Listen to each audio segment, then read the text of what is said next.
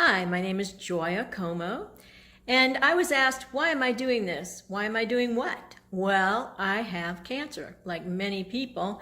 Mine's a little bit different in that it is maybe more aggressive, but on a spiritual path all my life, I've done everything I possibly can, from being vegan, vegetarian, 20, 30 years now, on a spiritual path, traveling the world, doing emotional cleansing for 10 years, you name it. But guess what? I still got it. So hello, the reason I'm doing this video is I want to share my experience with everyone and see if it's a way that, they can be helped in their lives as well. And of course, I'd like to be cured of cancer. Why not? So my next question, what is your motivation? Well, I think my motivation is to really, get healed, like I mentioned, but also to share that with the world, because there's so many people with cancer these days. It's just amazing, like everybody.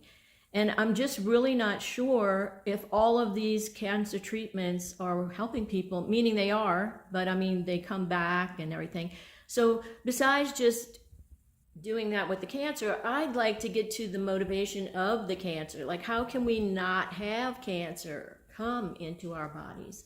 So I'm aligning myself with a lot of alternative healers and my friends and family who have been fabulous to me and loving and wanting to, really support me in this vision of, hey, can we really find out, and help other people, let them know what alternatives they have, and just give them a voice, let them share their experience and, be together with other people in this journey.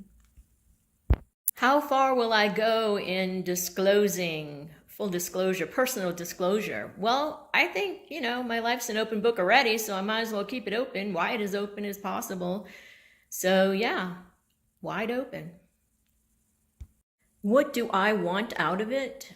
Well, I have to tell you the truth. I would love to do a reality TV show, and like on Netflix or something, or any kind of video, really document the process so that everybody can really see what's happening in the moment. And have a website, have Facebook, have every way for people to be able to get in touch and ask, not me ask questions, because I won't really have time to do that all the time. But, just example, I just watched people get married, just face-to-face, get married for the first time on Netflix. So why not, make it entertaining and educational for people to actually get enrolled in it? Not, a lot of the things that happen are just really data or things that not everybody would see. So, I would like to make this an interactive way to build community around the world. And, from that, hopefully have success stories, of course, to share, and maybe living communities that we've talked about, having centers around the world. That would be fun. Yeah, that would be a great outcome. And of course, to live to enjoy it, that would be great too. How do you currently feel it unfolding? The truth is, if I would be honest, first of all, I don't want any negativity, nothing against anything, no war against cancer, no war against anybody. Happy to be grateful for all the modalities that are out there currently in the modern medicine world, and all the great doctors and all the research that's being done. I worked in a pharmaceutical company. I know that people are dedicated and they're doing their best and they're doing it from their heart. I'm not saying anything negative or against modern medicine or chemo and radiology or radiation or immunotherapy. All that's great. I'm just saying, in addition to that, would love to give more exposure to other options, that if people are interested in, would like to see who else is doing what, and then maybe get those together, meaning the spiritual, more holistic, more alternative, together with the modern, and see if there's any, gray area in between that we can all get together and make a difference. That's basically the key.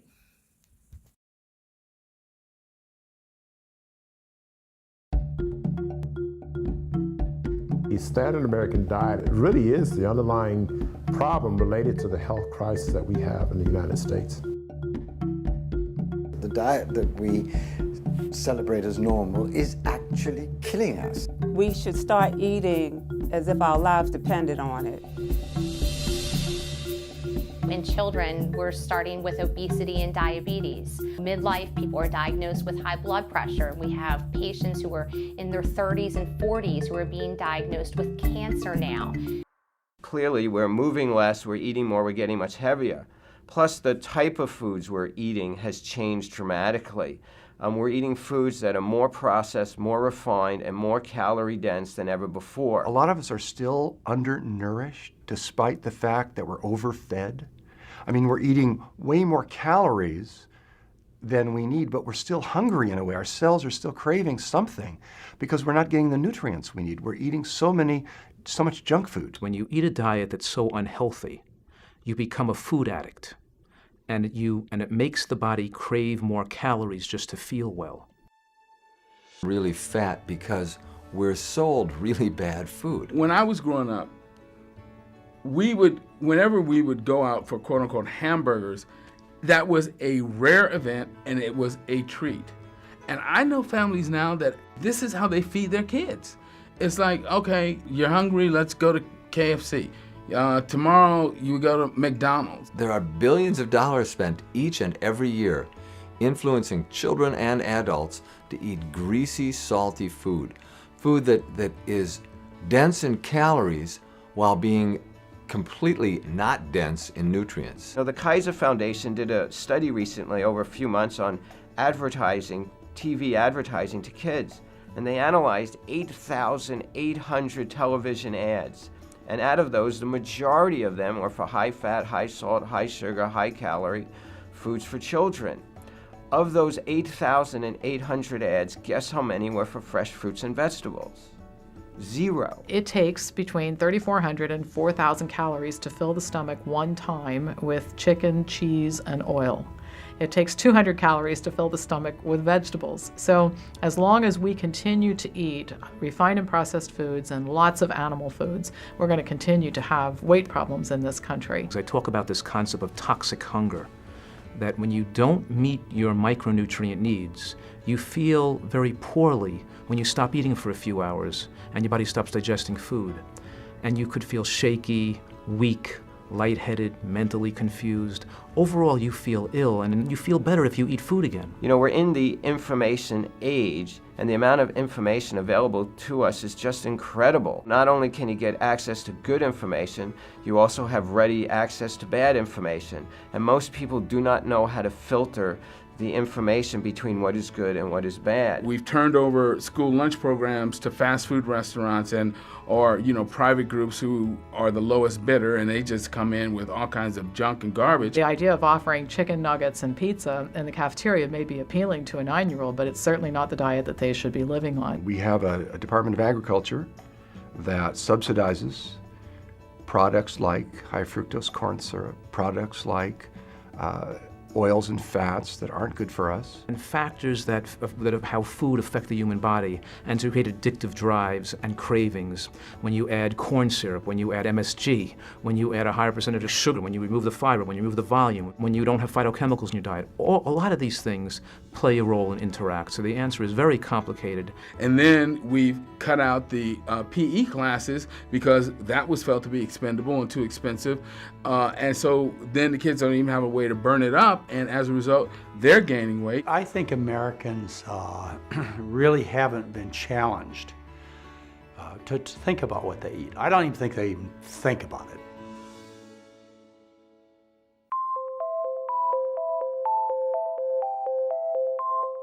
It's a difficult question, especially in a society today where, by the age of 40, autopsy studies show that almost all Americans have developed some form of heart disease. They have atherosclerosis. Health, in my opinion, would be when you wake up in the morning, you don't have aches and pains, and you just absolutely have all this wonderful energy, and you don't have an illness, and you're not popping pills. I used to see health as the opposite of disease, and I don't do that any longer. I think of health as our natural state. Sickness is an abnormal state. The body's intended to be healthy. It's intended to look good, function well, and feel well. If it doesn't, then that's wrong. Even though in our society, wrong seems to be normal because so many people are wrong. They're sick, they're fat. I really do believe that if we were not interfered with, if our bodies were not poisoned with toxic substance, and that's food and the environment. If we lived in a pure environment, we would be healthy. Health is not just the absence of illness. It's the presence of well-being. We have an explosion of high blood pressure, diabetes, heart disease, allergies, autoimmune conditions in this country. And so we can't say that a person with the absence of symptoms who feels well is healthy if we see signs that diseases are developing but haven't yet become symptomatic yet, can we? Could that be good health if you feel well and then develop cancer 5 years from now?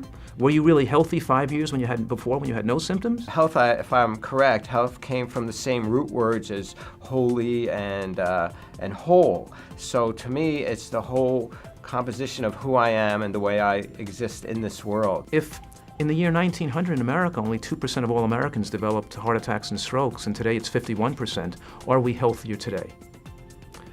And it looks as if we're living longer than we did in the 1900s because people aren't dying of these diseases at childbirth. There are not so many infections in the first year of life. So to me, to be healthy isn't just to eat healthy, but it's to have healthy relationships, healthy interactions with the environment, healthy family, healthy everything. And all of those things then come back to help improve my health too. But the question is, in the last 15 years of life, do we have a healthy life expectancy in this country? How much do people suffer in those last 15 years of life? And the answer to that question is probably more than ever before. That's the definition of health, the ability to engage in life fully, have all the energy you need to do all the things you want to do, and to maintain that until you die, to live until you die, instead of engaging in a gradual process of degeneration starting sometime around when you're 40 or 50 until you're just not functioning anymore. Millions of dollars to the American Cancer Society. Most of that money has gone to the drug research and drug companies finding to have a solution. We have a pill solution for everything. It's like people think life is a fairy tale. We're going to find a magic wand and say you can be healthy. They don't realize that you have to earn good health. The medical profession right now is doing what? We're feasting on selling disease. And we are so successful on selling sickness that there are not enough dollars in this country to pay for it. I've talked to many cancer doctors, and I said, well, what about diet? Well, yes, of course. What about prevention? Oh, sure. I said, did you learn much about that? No, we didn't. Are you interested? Not really. Because it's not high tech, there's no money involved, and there's nothing involved in telling people, go and eat more fruits and vegetables. The degree to which profit and profit-seeking, profit motive has sucked the spirit out of healing and medicine and replaced it with something that's unworthy of us as human beings. Healthcare in this country is expensive because we let it be, and we let business control things. I mean, if we were just talking about a drug-based business, most of the good drugs are generic, and they're really cheap. Best blood pressure pills there are diuretics that cost, a penny for many pills. Whereas what's sold are the $4 a piece blood pressure pills, which are less effective, which has been proven, less effective and more dangerous. But it's the profit that drives the kind of care that we have. We have this new religion in modern America today, and that religion I call medicology, the belief that our savior is the doctor or the medical profession or the pharmaceutical companies who think that giving us a pill is our answer to a long, healthy life. My wife says, whatever you do, stay out of the hospital under all circumstances, and she's a doctor. To a degree, I think that the medical, governmental, and pharmaceutical complex has failed us. Our educational system has failed us. It hasn't given people the knowledge they've needed to control their health destiny. We want to believe in magic. A true healthcare system would be one that empowered people and gave them the information they needed to take care of themselves. People don't eat vegetables when they're pregnant. Women don't eat vegetables, so instead we tell them to take a folate pill. Right? They don't eat vegetables, so the baby comes out, we give them a shot of vitamin K into the baby's thigh. We've turned everything into a medical solution instead of getting back to the basics of what constitutes a healthy life. If you change the financial incentives in our healthcare system so that good health, good function, and a good diet were the rewards, then we'd see a change in our health overnight.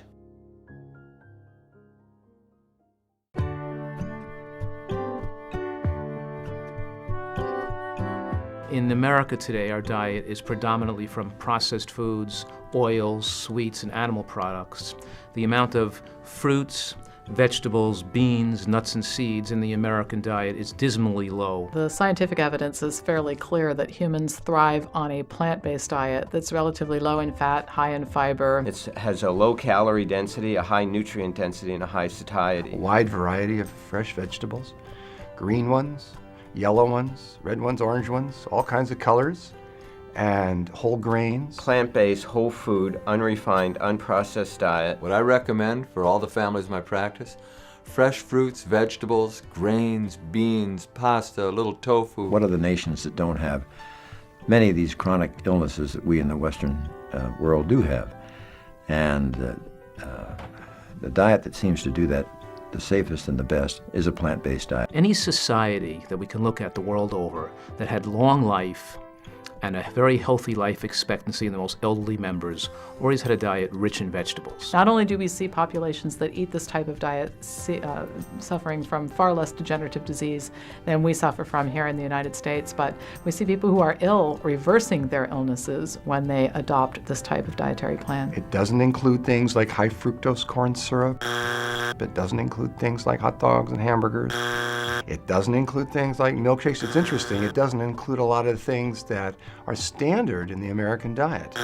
No diet can be considered healthy unless the vast majority of its calories come from these primary nutrient, naturally nutrient-rich plant foods. That's going to really save us from these chronic illnesses, the classic example of which, is, of course, is cardiovascular disease, heart attack, and stroke. That same approach is going to protect us, I'm really quite sure, from Alzheimer's disease and dementia. Most of those diseases of dementia seem to have a very important vascular component as a precursor. People who lived on rice, like the Asians, or sweet potatoes, like the people from New Guinea, or plain potatoes, like the people in the Andes, Peru and Chile, corn for the Indians. It's been a starch-based diet. How are you going to be obese when you're eating a plant-based diet? How are you going to have diabetes or hypertension? Just a really elegant, simple diet, plant-based protein, a lot of fiber. And the great thing here is that we can control our health destiny. We don't have to be sick, and we don't have to have happen to us these tragedies that befall other Americans. There are other factors besides diet and nutrition that determine good health. And those other factors may be getting sufficient rest and sleep. We have a chronically sleep-deprived society, and that's not good for our general health. That's well established. We need to exercise regularly. We have a population that's not physically fit, and we develop sarcopenia. In other words, that means our muscles shrink as we get older, predisposing us to bone loss, falling down, breaking our hips, having poor musculoskeletal fitness in later years.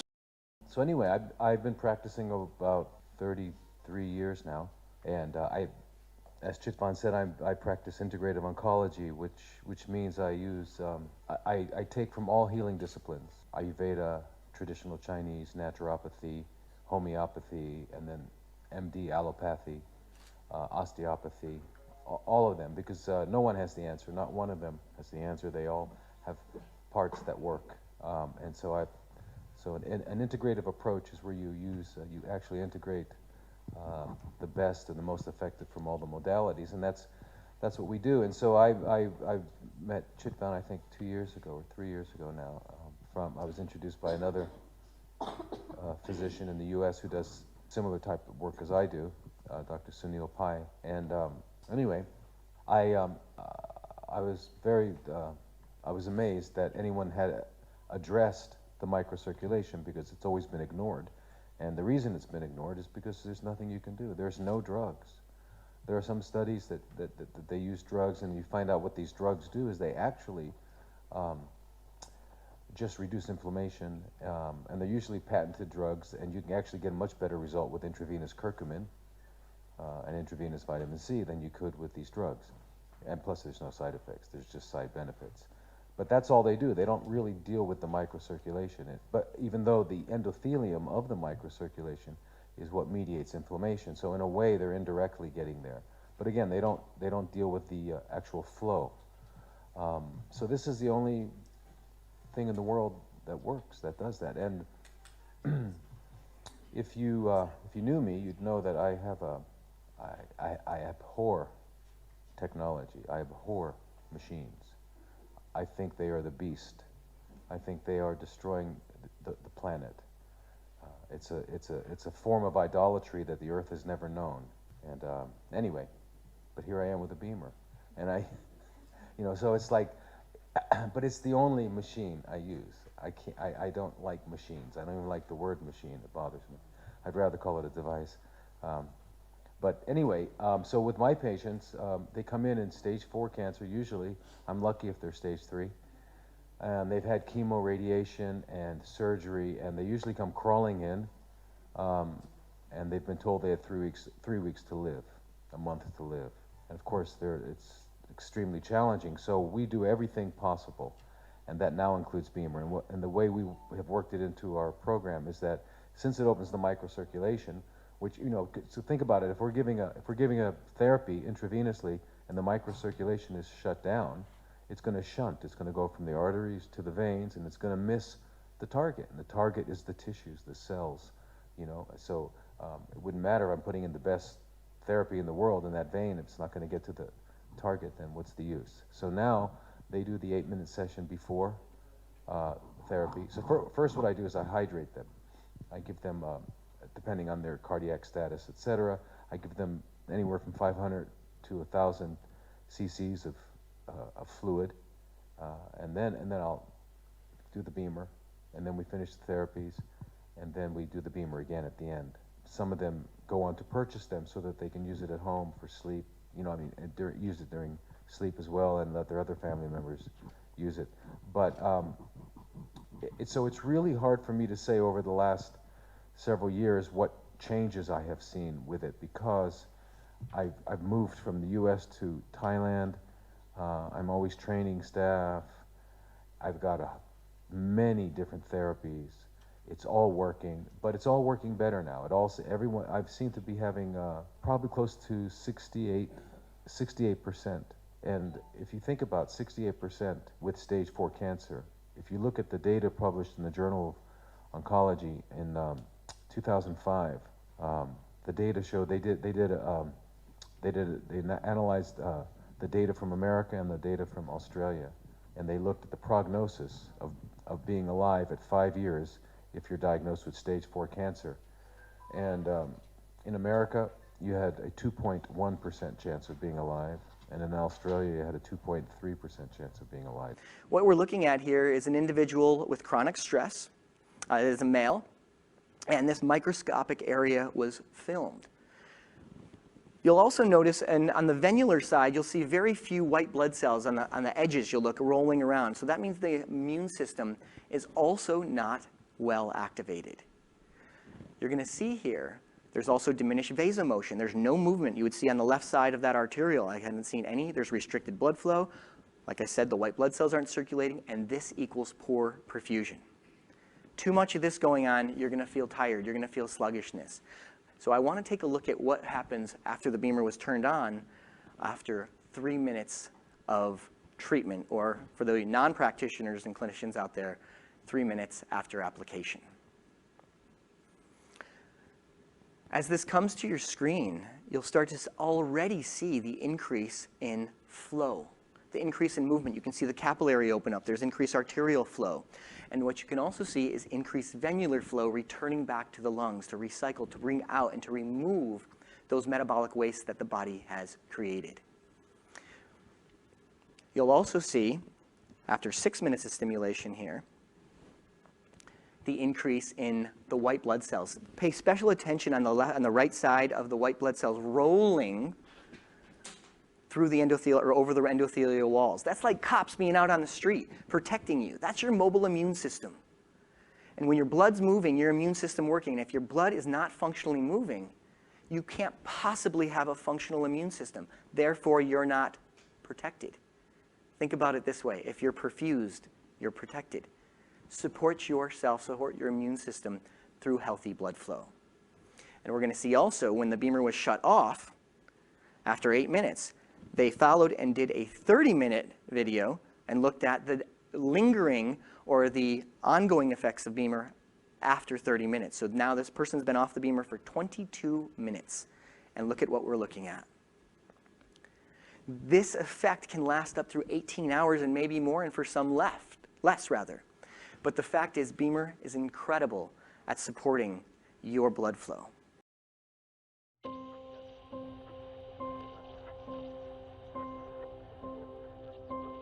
Earth to God, come in, God. I know you're there, hearing our prayers wherever you are. We need you now to send your love down. Take away the pain in your holy name. We ask this now. We need your light, we need your love to heal the world you made. And save us now in our darkest hour with your amazing grace. Earth to God. We're holding on, but not for long. Can you pull us all close to the Holy Ghost and keep us strong? We need your light, we need your love to heal the world you made. And save us now in our darkest hour with your amazing grace. Earth to God.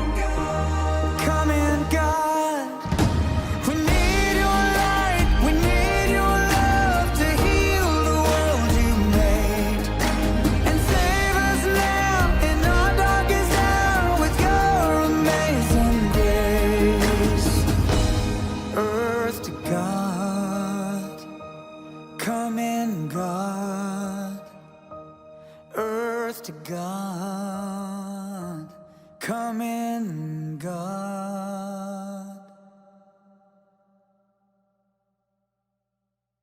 Hey, just want to give you an update. Well, I am alive, and it's a couple of years later from when I made that first video in the beginning of this film, and so much has happened, so many alternative things that I've done, but mostly it's the food. 70% I would say it's the food. I went strictly veggies and fruit for 5 months. No oil, no sugar, no salt. Basically, it wasn't good. It didn't taste good. But after 2 months, my taste buds started having everything tasting sweet, even water.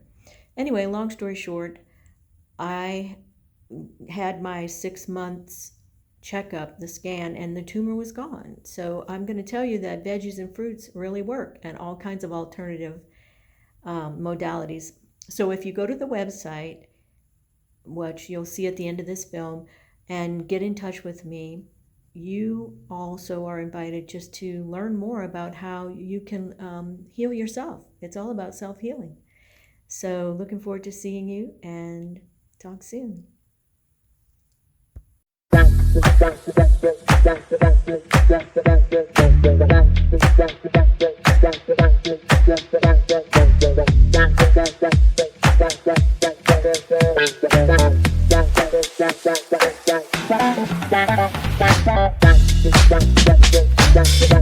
Thank you.